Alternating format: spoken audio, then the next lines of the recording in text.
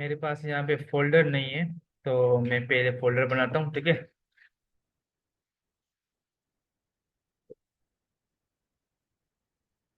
CSS का folder.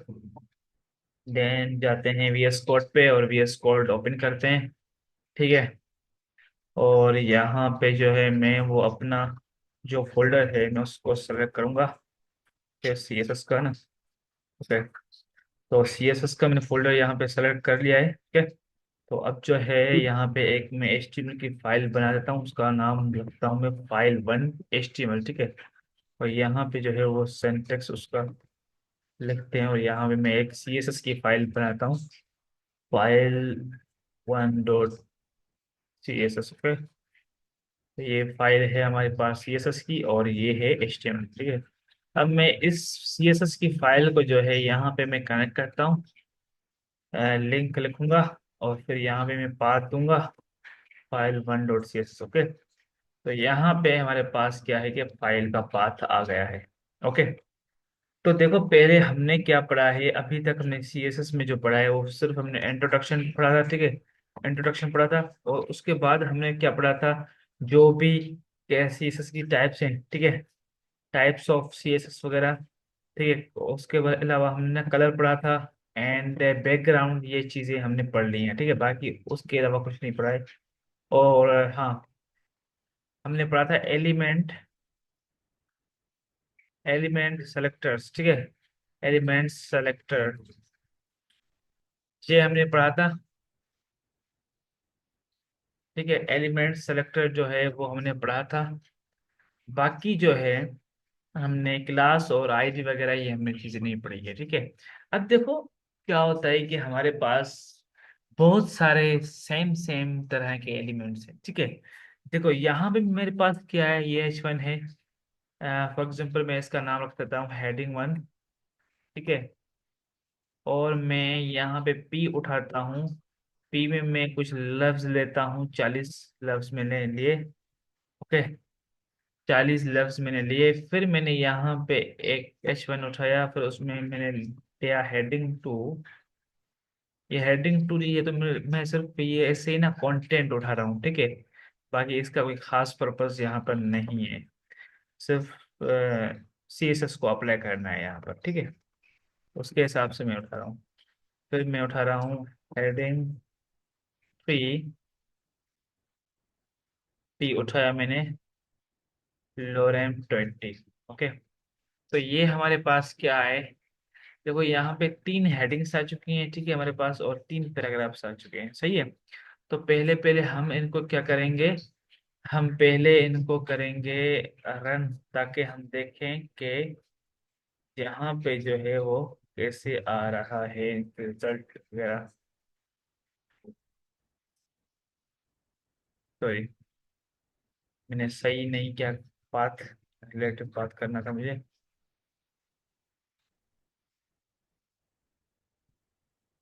Path मैंने सही नहीं किया है। कॉपी।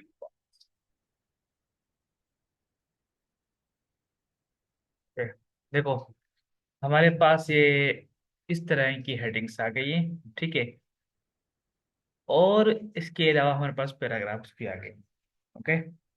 तो देखो यहाँ पे क्या है, हमने क्या क्या पढ़ा है अभी तक, हमने पढ़ा है एलिमेंट सेलेक्टर्स, ठीक है। हमने क्या पढ़ा है, हमने एलिमेंट सेलेक्टर्स पढ़ा है, ठीक है। अब देखो, मैं जा रहा हूँ अप्लाई करने CSS यहाँ पे।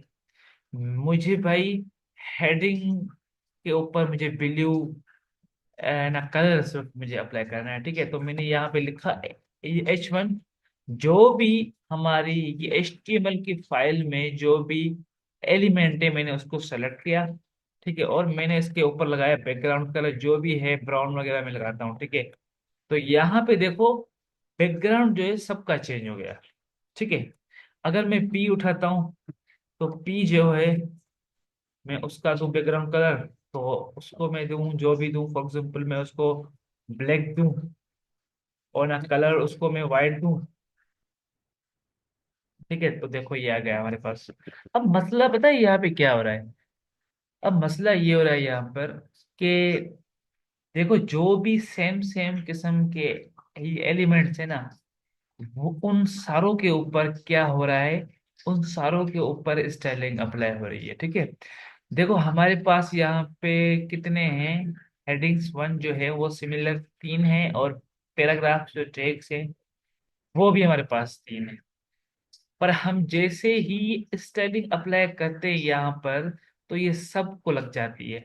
अब मैं चाहता हूं कि भाई ये सबको ना लगे, सबको नहीं लगे, ये जो बीच वाले हेडिंग टू है ना, और हेडिंग टू का जो पैराग्राफ है बस उसी के ऊपर अप्लाई हो, बाकी किसी के भी ऊपर अप्लाई ना हो। ठीक है, क्योंकि वैसे तो हम क्या कर रहे हैं, हम कर रहे हैं एलिमेंट के थ्रू, हम जो है अप्लाई कर रहे हैं, तो लाजमी है अगर हमने ये एलिमेंट के थ्रू अप्लाई की स्टाइलिंग, तो जहां भी ब्राउजर में जितने भी इससे ये H1 और P से रिलेटेड जितने भी होंगे, वो क्या हो जाएंगे, वो सारों के ऊपर ही स्टाइलिंग लग जाएगी, मतलब बैकग्राउंड कलर ये उसके। पर हम चाहते नहीं भाई, हमें किसी स्पेसिफिक जो है ना जिस पे हम चाहे ना, मतलब कि जितने भी हम चाहें वहां पर स्टाइलिंग हो, बाकियों पर नहीं हो। अब मैं चाहता हूं यहाँ पे हेडिंग टू पे हो सिर्फ। ठीक है, तो क्या करना पड़ेगा इसके लिए हमें, हमारे पास होता है क्लास। ठीक है, क्या होता है हमारे पास, इस चीजों को स्टाइल करने के लिए हमारे पास होता है क्लास। क्लास क्या है, एक एट्रीब्यूट होता है। ठीक है, एट्रीब्यूट होता है। क्लास क्या होता है, एक एट्रीब्यूट होता है फॉर सेलेक्टिंग एलिमेंट्स। ठीक है, फॉर सेलेक्टिंग एलिमेंट्स मतलब कि जिस भी एलिमेंट को मैं चाहूं उसको मैं सेलेक्ट कर सकता हूं यूजिंग द क्लास एट्रीब्यूट। ठीक है, तो अब मैं क्या करता हूँ, मुझे सिर्फ और सिर्फ जो ये बीच वाले हैं ना, मुझे इन्हों को ही सेलेक्ट करना है, मुझे इनके ऊपर स्टाइलिंग अप्लाई करनी है, हेडिंग टू और पैराग्राफ जो टू था उस पे, उसके ऊपर। ठीक है, तो मैं क्या करूंगा, हेडिंग टू और पैराग्राफ टू देखो कहाँ पर है, यहाँ पर है। हेडिंग टू हमारे पास है, और ना पैराग्राफ भी उसके नीचे है, मुझे सिर्फ उसके ऊपर स्टाइलिंग अप्लाई करनी है। तो मैं क्या करूंगा कि वहां पे क्लास दे दूंगा। ठीक है, मैं इसको क्लास दे दूंगा, मैं इसको यहाँ पे ये एट्रीब्यूट लिखूंगा क्लास। तो अब मैं यहाँ पे क्या लिखूं, फॉर एग्जाम्पल मैं लिखता हूँ H1। ठीक है, H1 को मैं कैसे, या मैं इसे लिखता हूँ हेडिंग वन। ठीक है, हेडिंग वन मैंने क्या किया, जो दूसरा लफ्ज है ना उसका मैंने पहला कैपिटल, पहला जो ना लेटर था वो कैपिटल कर लिया। ठीक है, अब मैंने क्लास में क्या लिख दिया, हेडिंग वन। अब मैं क्या करूंगा, इस क्लास के थ्रू मैं क्या कर सकता हूँ कि मैं उस चीज को अप्लाई, उस चीज पे स्टाइलिंग अप्लाई कर सकता हूँ जिसको मैं चाहता हूँ। ठीक है, अब मैं यहाँ पे आके मैं ये हटाता हूँ। ठीक है, अब आप देखेंगे तो कुछ भी नहीं है। ठीक है, मुझे सिर्फ और सिर्फ इस पे अप्लाई करनी है। ठीक है, इस पे, तो मैंने क्या किया है यहाँ पर, क्लास में मैंने क्या दिया है, हेडिंग वन दे दी है। ठीक है, मैंने क्या दिया, हेडिंग वन क्लास में दे दिया। अब मैं ये सेम टू सेम जो क्लास कॉपी करके, और मैं यहाँ पे पी में भी अंदर में लगा दूंगा। ठीक है, अब मुझे क्या करना है, मैं CSS की फाइल में जाऊंगा और इस चीज के रेफरेंस से मैं उसको इंस्टॉल करूंगा। ठीक है, अब मैं यहाँ पे मैंने ये लिखा, पर शर्त ये है कि मुझे इससे पहले डॉट देना पड़ेगा, क्योंकि ये शो करेगा कि ये जो नाम है ये क्लास का नाम है। ठीक है, अब मुझे यहाँ पे आके बस कुछ नहीं करना है, जो भी स्टाइलिंग मुझे लगानी है यहाँ पे लगानी है। अब मैं चाहता हूँ बैकग्राउंड कलर जो है वो उसका हो जाए व्हाइट और ब्लैक हो जाए। ठीक है, और जो ना कलर है उसका वो हो जाए व्हाइट। अब देखो आप, मतलब कि क्लास के थ्रू हम जितने भी कंपोनेंट, जितने भी एलिमेंट्स चाहें हम उनको सेलेक्ट कर सकते हैं यूजिंग द क्लास। ठीक है, तो क्लास जो है वो तो कितना फायदेमंद है, अब जिसको मैं चाहूँ, जिस भी एलिमेंट के ऊपर मैं स्टाइलिंग लगाना चाहूँ मैं उसके ही ऊपर लगा सकता हूँ। ठीक है, अगर, तो ये हमारे पास क्या होता है, क्लास का फायदा होता है। ठीक है, यहाँ तक ये आपको क्लास समझ में आया, मैंने कुछ भी नहीं किया, मुझे जिस भी एलिमेंट को सेलेक्ट करना होगा मैं उसमें क्लास लिख के, क्लास का नाम लिख के और मैं उस क्लास के नाम को बस CSS की फाइल में लेके जाऊंगा, और वहां पे मैं बस स्टाइलिंग अप्लाई करूंगा, और कुछ भी करूँ। पर याद रहे कि ये डॉट जो है ये मुझे देना पड़ेगा, क्योंकि ये शो करता है कि ये जो नाम है ये क्लास का है, ठीक है। तो यहाँ तक आपको समझ में आया कि क्लास क्या है। हमारे पास क्लास एक एट्रीब्यूट होता है जिसके थ्रू हम मल्टीपल एलिमेंट्स को सेलेक्ट करते हैं, मल्टीपल टैग्स को सेलेक्ट करते हैं, और फिर हम उनके ऊपर क्या करते हैं, स्टाइलिंग अप्लाई करते हैं। समझ में आया आपको? प्लीज जल्दी बताएं भाई, टाइम नहीं है यार, मेहरबानी करें। ठीक है।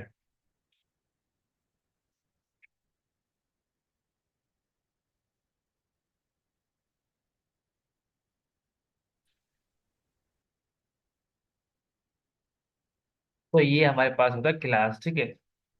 ये क्या होता है, हमारे पास क्लास होता है। अब हम क्या करते हैं, बात करते हैं। हमने यहाँ पे क्लास की बात कर ली, ठीक है। मैंने यहाँ पे क्लास की बात कर ली।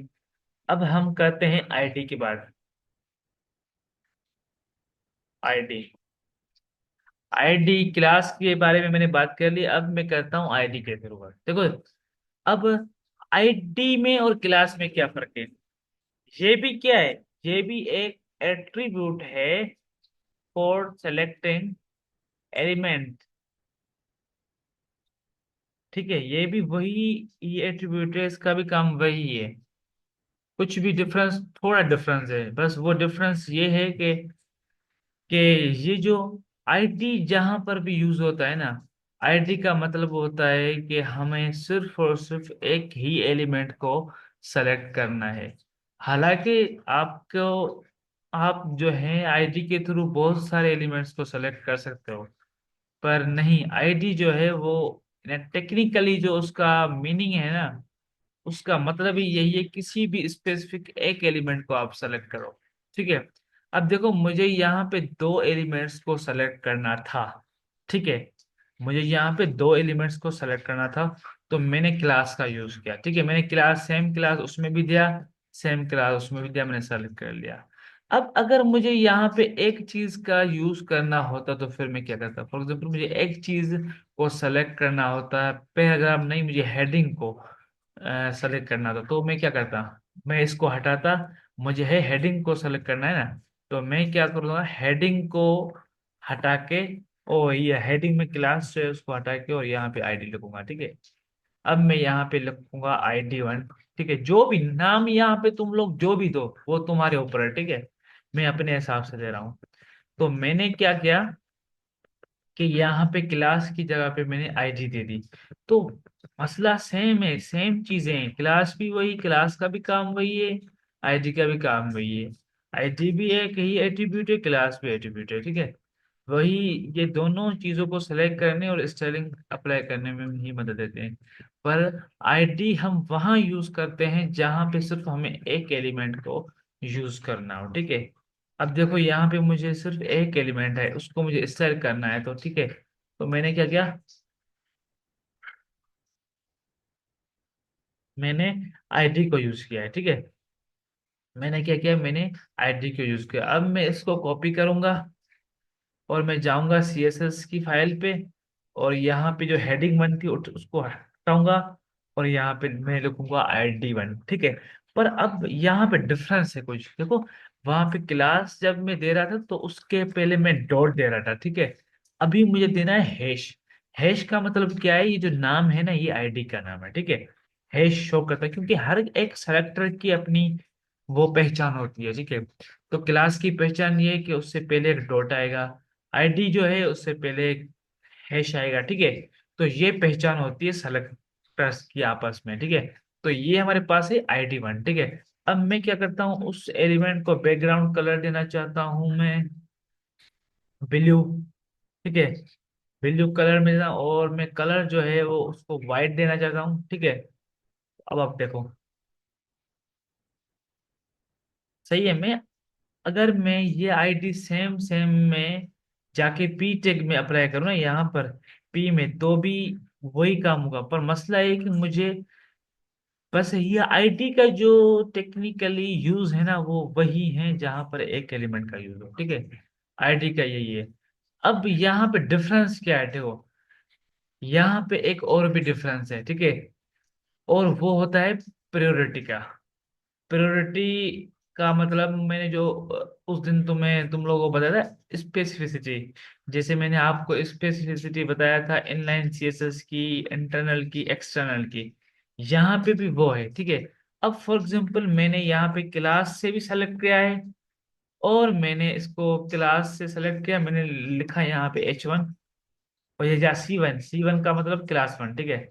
और यहाँ पे मैंने लिखा ID1, ठीक है। ID1, I1 और C1। अब मैं दोनों के थ्रू जो है वो क्लास अप्लाई करता हूँ, ठीक है। तो हम देखते हैं कि कौन सी क्लास इस पे, ये H1 पे लगती है, ठीक है, क्योंकि H1 में हमने दोनों सेलेक्टर्स दे दिए हैं। तो मैं क्या करता हूँ, ये तो मेरी लगी पड़ी है, ठीक है, ID1, और मैं अब डॉट C1 है, ठीक है। C1, मैं बैकग्राउंड कलर इसका देता हूँ ग्रीन, सही है। अब देखो मैंने आईटी के थ्रू क्या दिया है, यहाँ पे हमारे पास I1 है, ठीक है। तो मुझे I1 करना पड़ेगा इसको। देखो यहाँ पे डिफरेंस क्या है, पहले पहले तो यहाँ पे डॉट आ रहा है और वहां पे हैश आ रहा है, ठीक है। और दूसरा फर्क अब आप देखेंगे। देखो दूसरा फर्क क्या है, दूसरा फर्क ये है कि I1 को प्रायोरिटी दी गई है। वो क्यों दी गई है? C1 को, सॉरी, C1 को जो है वो प्रायोरिटी दी गई है। वो किस वजह से दी गई है यहाँ पर?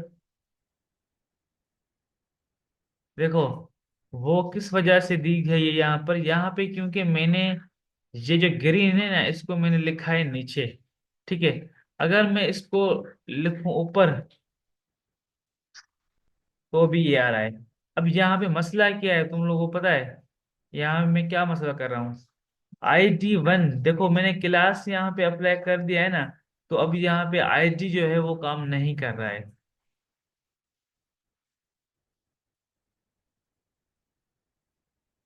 अगर मैं क्लास को हटाऊं C1, तो अब देखूं, अब भी नहीं कर रहा है।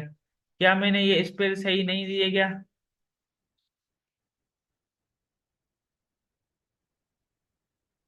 या मैंने सेव नहीं किया है, ठीक है।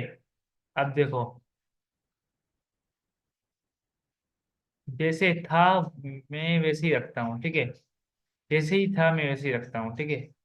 अब मैं आके यहाँ पे रिफ्रेश करता हूँ, देखो आईडी हालांकि ऊपर है, यहाँ पे जो नीचे चीजें होती है ना, उनको प्रायोरिटी बहुत दी जाती है। देखो तुम लोग, फॉर एग्जाम्पल तुम लोग यहाँ पे दो पी चेक तुम लोगों ने उठाए, ठीक है, या ये एचमेन सेम सेम आपने चीजें उठाई, पर जो नीचे वाली चीज होगी उसको प्रायोरिटी बहुत दी जाएगी, ठीक है।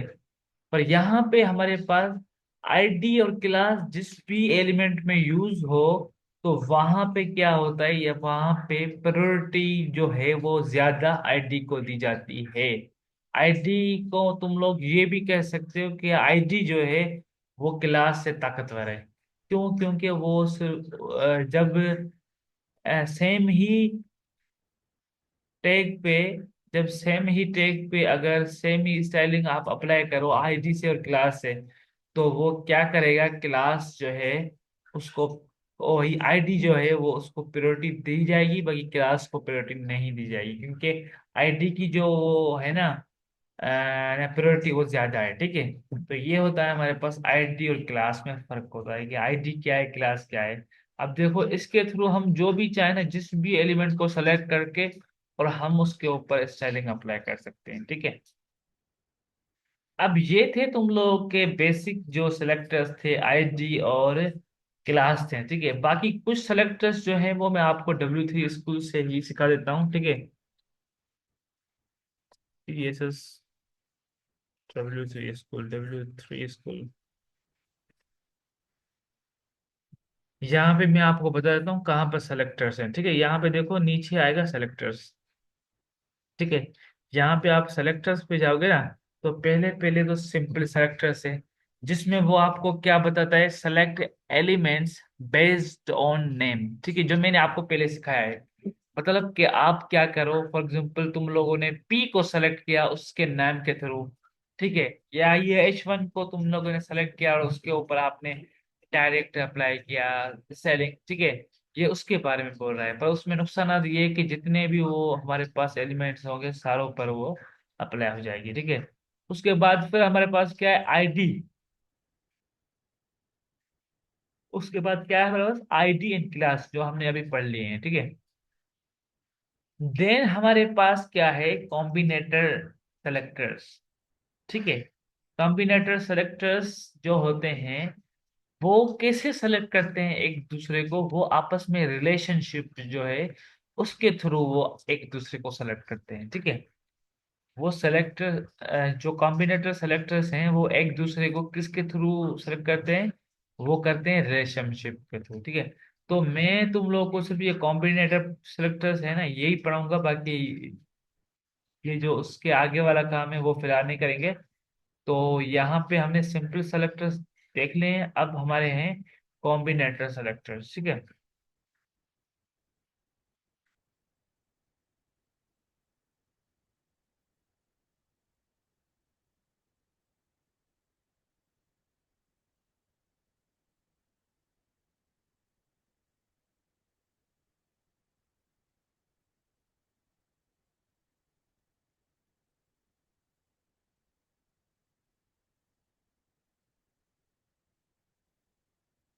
ठीक है, तो देखो कॉम्बिनेटर सेलेक्टर्स जो होते हैं उसमें हमारे पास क्या आता है, combinator is something that explain the relationship between the selectors, ठीक है।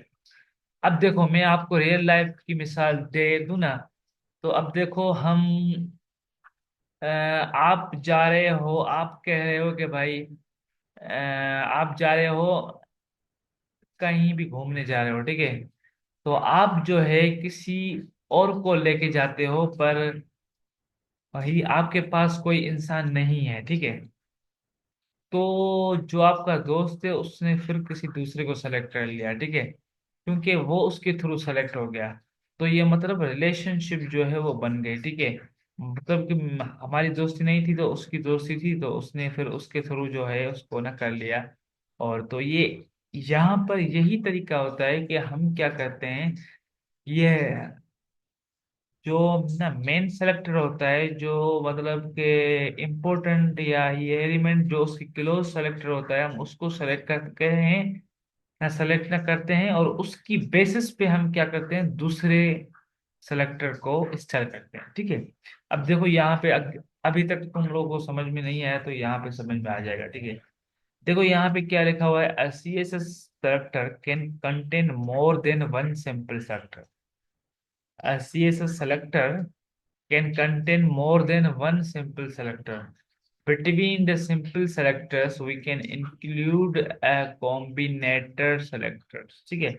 अब यहाँ पे क्या बोल रहा है, CSS selector can contain more than one simple selectors, ठीक है।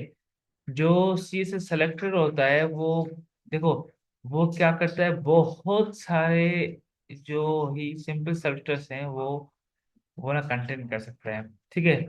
बिटवीन द सिंपल सेलेक्टर्स, सही है, बिटवीन मतलब के जैसे हमारे पास पी है, ये H1 है, ठीक है। तो उसके उनमें अंदर अगर हमें चाहिए कि हम भाई सिंपल सेलेक्टर में हम दो दो सी ये क्लासेस दे दे, ठीक है। हमने उठाया ना, पहले पी उठाया, फिर हमने ये H1 उठाया, ठीक है, और उसमें हमने क्या किया, दो दो क्लासेस दे दी, तीन तीन ही आईडी दे दी। तो यहाँ पे इस डेफिनेशन का मतलब क्या बन रहा है कि सी एस सेलेक्टर्स जो हैं वो क्या करता है, between the simple, they can select the selectors between the simple selectors, ठीक है। अब मैं आपको यहाँ पे एक मिसाल देके दिखाता हूँ, ठीक है। शायद ये मेरी बात आपको समझ में नहीं आई हो, पर मैं आपको यहाँ पे बताता हूँ, ठीक है। अब देखो यहाँ पे क्या है, यहाँ पे H1 है, ठीक है, हेडिंग वन, ओके, और यहाँ पे P है, लोरेंट 20। यहाँ पे मैंने क्या किया, मैंने यहाँ पे क्लास यूज किया, उसके हिसाब से मैंने लिखा हेडिंग वन।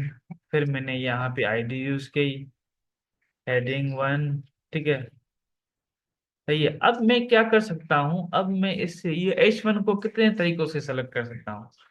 देखो, मैं क्लास के थ्रू भी इसको सेलेक्ट कर सकता हूँ, आईडी के थ्रू भी मैं इसको सेलेक्ट कर सकता हूँ, और मैं इसको अपने एलिमेंट के थ्रू भी सेलेक्ट कर सकता हूँ। ठीक है, तो यहाँ पे ये वही चीजें ना कह रहा है कि between the selectors we can include a combinator. ठीक है, तो यहाँ पर जो है हम डिफरेंट तरीके से एक एलिमेंट को सेलेक्ट कर सकते हैं। ठीक है, अब देखो यहाँ पे कॉम्बिनेटर में हमारे पास चार टाइप्स होती हैं, और ये टाइप्स तो मतलब कि इम्पोर्टेंट है तुम लोगों के लिए। ठीक है, तो क्योंकि इनका बहुत यूज है।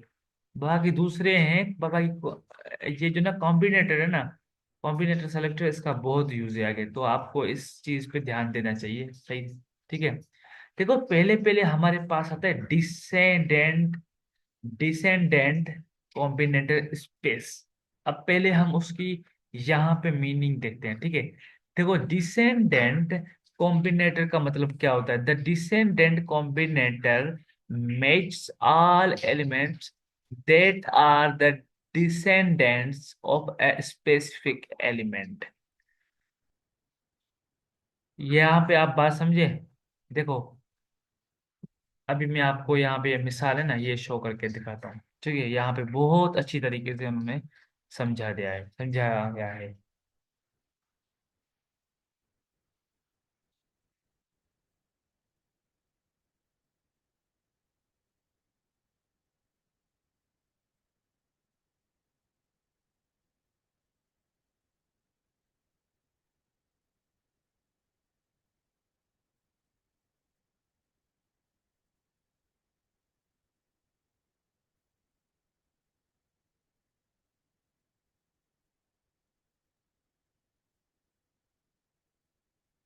देखें, मेरी आवाज आ रही है आपको।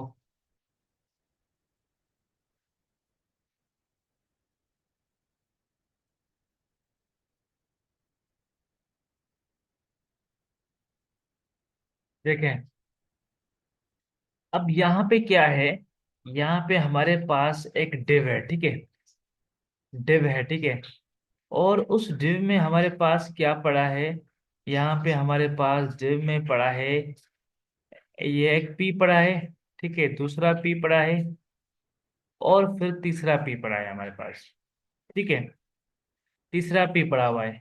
पर यहाँ पे आप गौर करें कि ये जो दो पीस हैं, ये हमारे पास डिव डिव टैग के अंदर पड़े हैं। ठीक है, डिव टैग के अंदर पड़े हैं।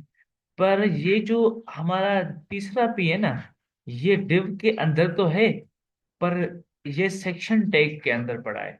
मतलब कि ये सेक्शन जो है ना, ये इसका पेरेंट है, और सेक्शन का पेरेंट जो है वो डिव है। सही है, मतलब कि डिव के अंदर दो ही एलिमेंट्स पड़े हैं पी के। ठीक है, पर जो दूसरा तीसरा पी का ये एलिमेंट है ना, वो कहाँ पर है, वो है सेक्शन टैग के अंदर। पर इसने क्या किया है, उसको भी सेलेक्ट कर लिया है। इसने क्या किया है, उसने उसको भी सेलेक्ट कर लिया है। तो इसका मतलब ये होता है, जब हम इस तरीके से जो सेलेक्टर्स देते हैं, तो वहां पे उसके अंदर जितने भी पी हो, जिस भी जगह पे हो, वो सेलेक्ट कर लेगा। अब देखो, मैं तुम लोगों को यहाँ पे दिखाता हूँ, शायद यहाँ पे आपको समझ में ना आ रही हो चीजें। तो यहाँ पे बहुत ही अच्छी मिसाल लेकर हम जो है वो सीखते हैं, तुम लोगों को समझ में आएगा। अब मैं ये तुम लोगों को इतना कुछ यहाँ पे ना करवा नहीं रहा हूँ, क्योंकि अगर मैं बहुत कुछ लिखता जाऊंगा और ना करता जाऊंगा, तो तुम लोगों का दिमाग जो है वो कॉन्सेप्ट जो है ना, वो क्लियर नहीं होंगे। पहले पहले तुम लोगों को क्या करना है, कॉन्सेप्ट जो अपने हैं वो क्लियर करो, देन हम कोई अच्छी चीज ना बनाएंगे। ठीक है, क्योंकि मैं फिलहाल तो तुम लोगों को CSS इतनी आपने सीखी नहीं है, ना ही हमने सीखी है अभी तक। तो मैं वो चीज़ कोई अच्छी ना बना नहीं सकते हम, जैसे ये हेडर वगैरह हम ना बनाए, कोई सेक्शंस वगैरह ना बनाए, कोई अच्छा लैंडिंग पेज वगैरह हम ना बनाए, तो वो फिर फिलहाल हम नहीं बना सकते, क्योंकि तुम लोगों ने CSS इतनी सीखी नहीं है। तो मैं ये 2-3 दिन में सिखाऊं, उसके बाद फिर जो है हम चीज़ों को ना बनाना स्टार्ट करेंगे। ठीक है, तो देखो यहाँ पे हमारे पास क्या है, मैं तुम लोग की ना कमेंट में लिख रहा हूँ आपकी अंडरस्टैंडिंग के लिए। Combinator selectors. देखो कॉम्बिनेटर सेलेक्टर्स का क्या मतलब है, वो सेलेक्टर्स जो खुद को सिलेक्ट करते हो अपनी रिलेशनशिप के थ्रू। सही है। अब देखो, पहले पहले तो मैं आपको ये बताऊं, मैंने तुम लोग को डिव के बारे में नहीं बताया है, ठीक है, कि डिव टेक जो होता है वो क्या होता है। सही है। डिव टेक जो है वो क्या होता है। देखो डिव टेक जो है ना, वो क्या होता है, ये आप डिव को बहुत अच्छी तरीके से समझ लो मेहरबानी करके, क्योंकि डिव जो है वो बहुत, वो तुम लोगों ने समझ लिया तो बस आपके लिए बहुत कुछ आसान हो जाएगा, ठीक है। तो डिव क्या होता है, देखो डिव का हम यूज क्यों करते हैं, पहले पहले तो ये बात है। अब देखो मुझे क्या करना है, मुझे कुछ ये एलिमेंट्स है, ठीक है। मेरे पास कितने ये एलिमेंट्स है, मेरे पास ये एलिमेंट्स हैं 6 या 7 एलिमेंट्स है, ठीक है। For example heading 1 multiply by 2 heading 2, ठीक है। और मैं पी करता हूँ, P2 करता हूँ, उसके बाद में क्या करता हूँ, फिर मैं करता हूँ हेडिंग और इंसर्ट नहीं, फिर मैं कहता हूँ H3, ठीक है। अब देखो मेरे पास यहाँ पे कितने एलिमेंट्स हैं, हेडिंग 1, फिर वो सेम हेडिंग 1, फिर वो P,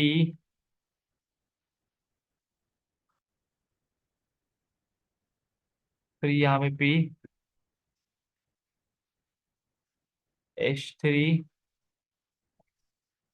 H3, ठीक है। अब देखो हमारे पास कितने हैं एलिमेंट्स। सही है। फर्ज करो, तुम लोग ये समझो कि अगर मुझे इन एलिमेंट्स को एक साथ उठा के मुझे जहां भी रखना है, या मुझे इनके ऊपर बैकग्राउंड कलर लगाना है, या मुझे कुछ भी करना है, तो मैं कैसे करूंगा। अगर मुझे इन सारों के ऊपर बैकग्राउंड कलर लगाना है तो मैं कैसे करूंगा भाई, मैंने इसको सेलेक्ट किया, मैंने यहाँ पे क्लास मैंने लगाया, आई लगाई, तो वो तो सिर्फ इसी को ना करेंगे ना। क्या मैं सबके लिए सेम सेम ना क्लास लूंगा फिर मैं इनके ऊपर स्टाइलिंग लगाते जाऊंगा। नहीं, मैं क्या करूंगा, मैं इनको एक ना कंटेनर में डालूंगा, ठीक है। मैं इन सारे ही एलिमेंट्स को क्या करूंगा, मैं एक कंटेनर में डालूंगा, और फिर उस कंटेनर के थ्रू मैं जो भी चाहूं जहां भी चाहूं इन सारे एलिमेंट्स को मैं रख सकता हूं, मैं उसके ऊपर स्टाइलिंग अप्लाई कर सकता हूँ, ठीक है। और वो कंटेनर कौन होता है हमारा, वो कंटेनर होता है डिव। ठीक है, अब मैंने इनको ना कॉपी किया, मैंने एक डिव लिया, ठीक है।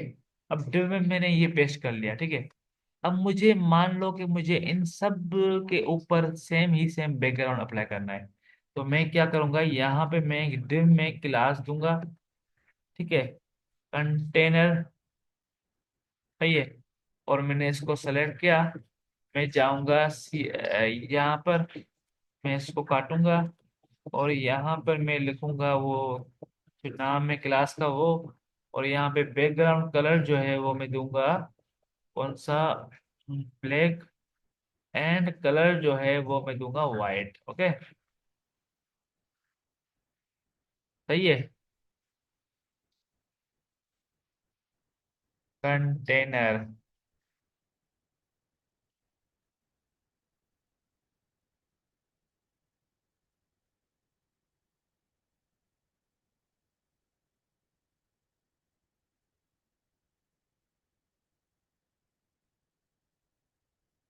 सही है। अब देखो मैंने क्या किया, कि मैंने एक ही साथ मैंने क्या किया, मैंने इस डिव के अंदर जितने भी ये एलिमेंट्स थे, मैंने उनको ये एक ही साथ में बैकग्राउंड कलर अप्लाई कर दिया, और मैंने उनका कलर भी वाइट कर दिया, ठीक है। तो ये सिर्फ किसके थ्रू हुआ है, ये कंटेनर के थ्रू है। मतलब ये डिव जो था ना, ये डिव क्या था, एक कंटेनर था, ठीक है, मतलब एक ना डब्बा था, ठीक है। हमें क्या करना होता है, अगर हमें चीनी वगैरह या कोई न पत्ती वगैरह या क्या, ये चीजें अगर हमें ये रखनी होती तो हम ना कहाँ पर रखते हैं, हम अगर उनको ये ऐसे ही ना फेंक दे तो फिर वो सारी को उठाना, ये चीज तो ना खराब हो जाएगी ना। तो हम क्या करते हैं, उनको एक डब्बे में रखते हैं, तो हमें हमें वो चीज उठाने में बहुत ना फैसिलिटी होती है, ठीक है। तो यहाँ पर जो हमारे पास ये एलिमेंट्स होते हैं ना बहुत सारे, तो उनको हम क्या करते हैं, डिव के अंदर लगा देते हैं, और डिव के थ्रू हम उनको जहां भी चाहें वहां हम रख सकते हैं। अभी मैं इनको फ्लेक्स बॉक्स वगैरह नहीं लगा रहा हूँ। अगर मैंने फ्लक्स बॉक्स में लगाऊं ना तो फिर आपको पता चल जाएगा कि इसका कितना यूज है, ठीक है। अभी मैं टेस्ट अलाइन सेंटर लिखूं, देखो टेक्स्ट अलाइन सेंटर मैंने दिया ना, टेक्स्ट अलाइन सेंटर लिखा ना, तो वो क्या करेगा कि इस डिव में जितने भी एलिमेंट्स है ना, जितने भी एलिमेंट्स उसको ये क्या कर, ये बीच में कर देगा, ठीक है। तो इसने क्या किया कि डिव के अंदर जो भी जितने भी एलिमेंट्स हो उसको इसने क्या किया, सेंटर पे कर दिया, ठीक है। तो ये होता है हमारे पास क्या, कंटेनर डिव जो है उसका काम क्या होता है, ठीक है। अब देखो, अब बात ये आती है, ये देखो यहाँ पे ये जो डिव है, ठीक है, इसमें मेरे पास पड़ा है एक पी पड़ा है, जिसका है नाम मैं देता हूँ पैराग्राफ 1, ठीक है। और दूसरा पी पड़ा है, इसका नाम क्या है, पैराग्राफ 2, ठीक है। तो मैं क्या करता हूं, अब मैं चाहता हूं कि भाई इस डिव के अब, और यहाँ पे पड़ा है एक ये H1 भी पड़ा है, ठीक है, जिसका नाम मैं देता हूँ हेडिंग 1, ठीक है। अब देखो, मैं क्या चाहता हूँ कि डिव के अंदर जितने भी ये पैराग्राफ्स हैं, बस वही स्टाइल हो, मतलब उस उनके ऊपर ही CSS अप्लाई हो, बाकी जो भी हैं उनके ऊपर CSS अप्लाई ना हो। बाकी जो भी है उनके ऊपर, मतलब ये H1 है तो इसके ऊपर CSS अप्लाई ना हो। सिर्फ और सिर्फ जो इसके अंदर है, डिव के जो चाइल्ड है, उन पे ही जो है वो अप्लाई हो CSS, ठीक है। तो मैं क्या करूंगा, यहाँ पे आऊंगा और मैं ये हटाऊंगा पहले वाली CSS, ये तुम लोग देख सकते हो, ठीक है। अब मैं क्या करूंगा, यहाँ पे आऊंगा, डिव मैंने सेलेक्ट किया।